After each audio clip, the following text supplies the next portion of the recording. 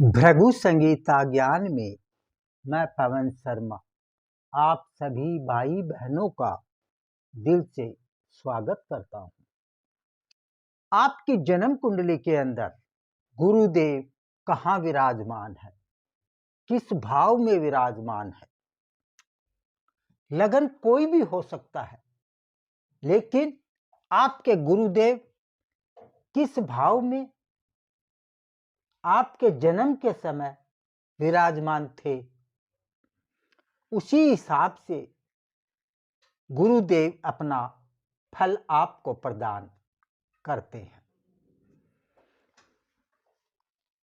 7 भाव 1 से लेकर 7 तक भावों का पिछले अंक में आपने देखा होगा।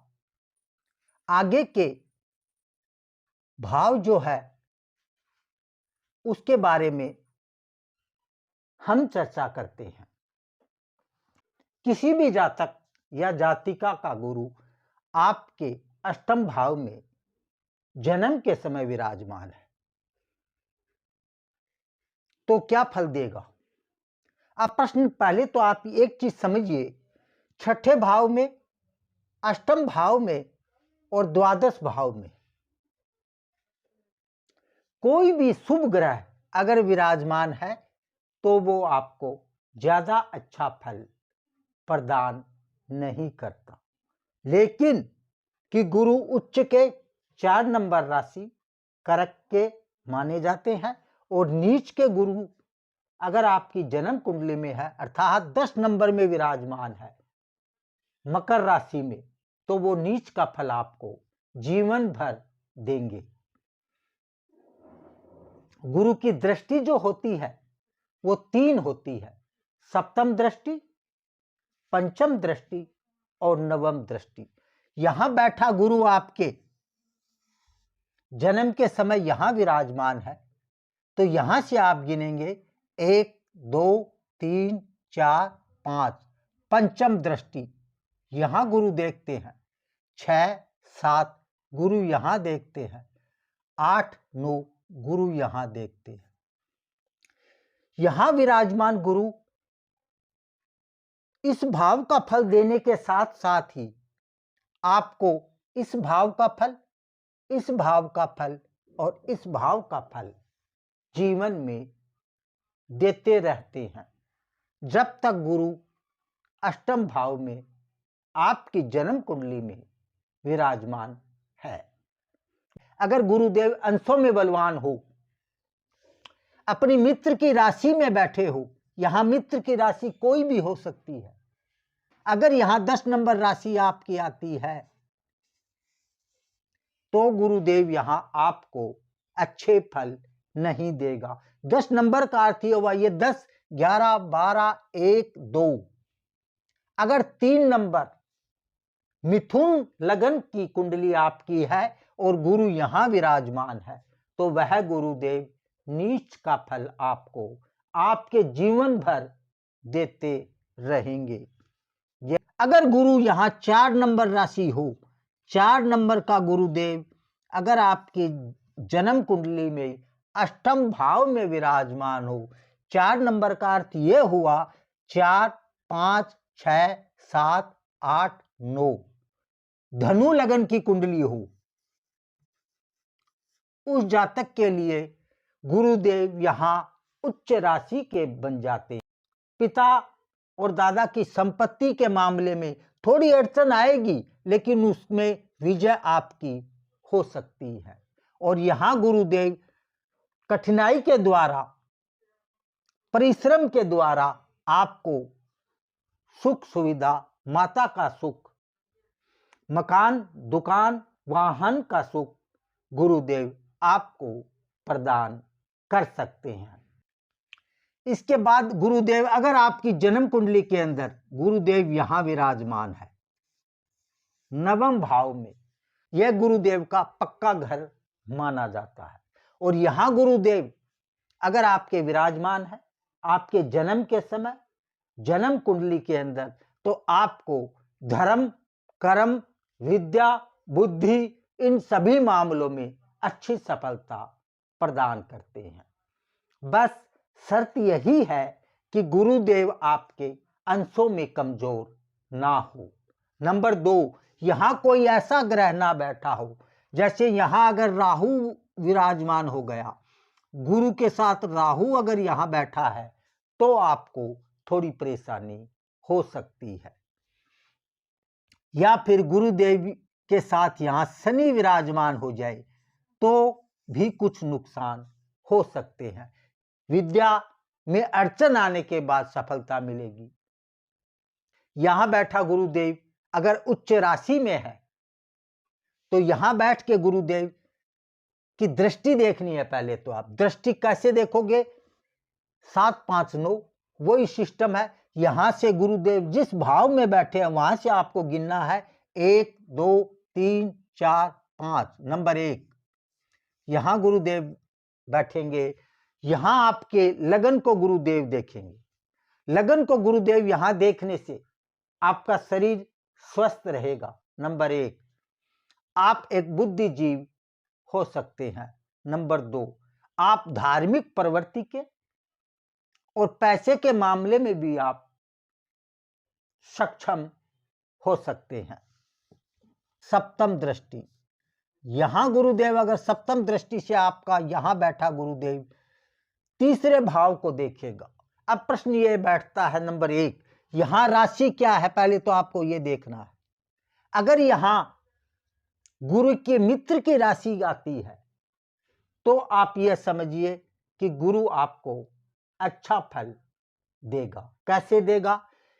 पराक्रम आपका इतना बढ़ा देगा गुरुदेव, अगर यहां अंशों में मजबूत है तो पराक्रम आपका इतना रहेगा, आपका प्रभाव इतना रहेगा, आपकी भाषा इतनी अच्छी रहेगी कि सामने वाला आपसे प्रभावित अवश्य होगा।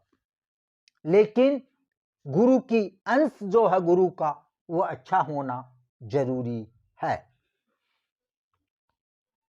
नवम दृष्टि, यहां विराजमान गुरुदेव संतान में आपको पुत्र की प्राप्ति आपके जीवन में अवश्य कराएगा। यहां बैठा गुरुदेव अंशों में कमजोर ना भी हो या अंशों में कमजोर हो भी तो भी संतान के मामले में यहां पर गुरुदेव अच्छा फल इस जातक को देगा और इस जातक को संतान लड़के के रूप में हर हालत में जीवन में प्राप्त हो सकती है। उसके साथ एक चीज आप और समझिए, अगर यहां गुरुदेव नीच के बैठे हैं तो भी संतान का सुख तो देगा इस जातक को, लेकिन संतान योग्य नहीं देगा। संतान आपकी आज्ञाकारी नहीं हो सकती है। कब? जब आपका गुरुदेव नीच का बन जाए। नीच का बन जाए या राहु या शनि इसके साथ विराजमान हो जाए कि प्रथम संतान ऐसे जातक को लड़के के रूप में प्राप्त होती है। नंबर 2, ऐसा जातक का लड़का बच्चा जो भी होगा, प्रथम बच्चा, वो योग्य और पिता का आज्ञाकारी होता है। अगर आपके संतान की कोई दिक्कत आ रही है और गुरु यहां बैठे हैं, अपनी उच्च राशि में बैठे हैं, तो मैं ये मानता हूं कोई ताकत संतान सुख देने में आपको नहीं रोक सकती। यह मेरा वादा है। लेकिन गुरु पूर्ण दृष्टि से हो, अपने मित्र की राशि में हो और अंशों में मजबूत हो। दसम भाव, यहां गुरु आपका विराजमान है। दसम भाव में कोई भी ग्रह हो, अगर उसके अंशों में वो मजबूत है, डिग्री में मजबूत है, तो ऐसा जातक हर कार्य में अच्छी सफलता अपने जीवन में प्राप्त कर सकता है। ऐसे जातक को योग्यता, दिमाग, बुद्धि में पूर्ण रूप से ऐसा जातक निपुण माना जाता है। ऐसे जातक को किसी प्रकार की समस्या नहीं आती। किस मामले में? पैसे के मामले में, योग्यता के मामले में, पिता के सुख के मामले में और पिता के द्वारा अच्छा धन भी ऐसे जातक को प्राप्त हो सकता है। अगर आपका गुरुदेव अपनी मित्र की राशि में हो, दसम भाव में विराजमान हो और अंशों में मजबूत हो तो यह योग फलदायक माना जाता है। ऐसा जातक ज्यादातर यह देखा गया है कि शिक्षा का दान करने वाला बनता है, या फिर ऐसा जातक कोई भी संस्था में जो सार्वजनिक होगी, धार्मिक प्रवृत्ति से जुड़ा होगा, ऐसा कार्य जीवन में करता है। उसकी रोजी रोटी ऐसे कार्यों से बनती है, चाहे वो टीचर हो, चाहे किसी कंपनी में संचालक के रूप में भी ऐसा जातक देखा गया है। गाइड करने में, राय देने में भी निपुण रूप से योग्य माना जाता है। आपका गुरुदेव अगर आपके 11वें भाव में विराजमान हो, कुंडली के 11वें भाव में आपका, अब एक चीज आप समझिए, किसी भी कुंडली के अंदर इस भाव में कोई भी ग्रह अगर विराजमान है तो वह उसको कोई नुकसान नहीं देता। यही एक ऐसा घर है, ऐसा भाव है जिसमें कोई भी ग्रह विराजमान हो जाए तो इस जातक को वह ग्रह अपनी दशा में या अपनी अंतर दशा में कभी भी नुकसान नहीं होने देता, लाभ ही देंगे। हाँ, यह हो सकता है कि अगर यहां कोई गलत ग्रह बैठ जाए या गुरु नीच का हो जाए तो यह जातक गलत तरीके से पैसे कमाने की कोशिश जरूर करता है। इस जातक को बेईमानी सिखा सकता है, धर्म को छोड़कर या गलत लाइन के द्वारा पैसा कमाने की कोशिश ऐसा जातक कर सकता है। 12वां भाव घाटे का भाव, हानि के भाव में अगर गुरुदेव यहां आपकी जन्म के समय जन्म कुंडली के अंदर विराजमान है, यहां बैठा गुरुदेव घाटे के भाव में बैठ गया, अर्थात यहां गुरुदेव बिल्कुल दिल हो जाते हैं, सम हो जाते हैं, ना इस जातक को ज्यादा नुकसान करेंगे, ना इस जातक को ज्यादा लाभ देंगे। यहां बैठा गुरुदेव जातक को लाभ हानि के तराजू की तरह तोलता है और ऐसे पोजीशन में यह जातक कर्म जो करेगा उसके हिसाब से ही गुरुदेव ऐसे जातक को फल प्रदान करते हैं। लेकिन एक चीज आप सदा याद रखिए, अब यहां बैठा गुरुदेव की दृष्टि जो पड़ेगी 1 2 3 4 5 यहां, 6 7 यहां और यहां, अब यहां यह हो गया मृत्यु भाव। गुरु यहां बैठकर यहां देखेंगे, गुरु यहां बैठकर यहां देखेंगे और गुरु यहां बैठकर यहां देखेंगे। चौथा, छठा और 8वां, इन तीनों भावों का फल गुरुदेव यहां बैठकर आपको प्रदान करते हैं। अब यह भाव जो है यह है सुख का भाव। सुख, आराम, माता का सुख, मकान दुकान का सुख, यह सभी सुख यहां बैठे गुरुदेव आपको प्रदान करते हैं। लेकिन गुरु की यहां कितनी डिग्री है, कितने अंश पे गुरुदेव आपके जन्म के समय विराजमान थे, राशि यहां कौन सी है यह भी आपको देखना है,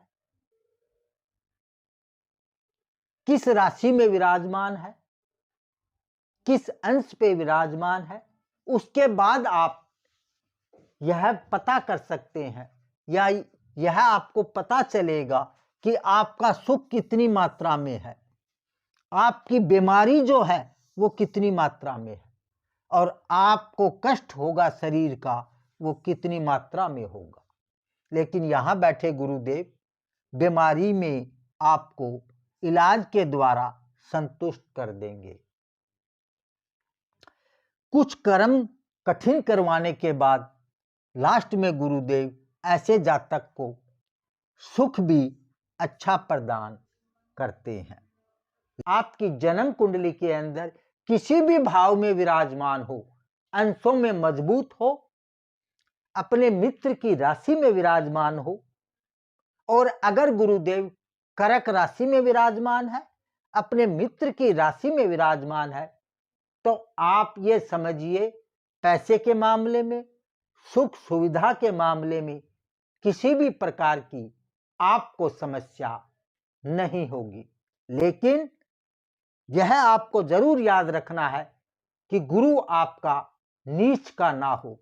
नीच का अर्थ यह हुआ कहीं भी गुरु बैठा है, लेकिन मकर राशि का गुरु नुकसानदायक होता है। नंबर 2, अगर कर्क राशि में गुरुदेव विराजमान है, कर्क का अर्थ हुआ उच्च राशि, तो गुरुदेव आपको हर प्रकार की सुविधा, माता पिता का सुख, संपत्ति, वाहन, हर प्रकार का सुख देंगे। कहीं भी बैठे हो, यह आपको देखना है कि गुरु आपका कहां बैठा है, किस अंश पे बैठा है, किस राशि में विराजमान है। जय श्री राम।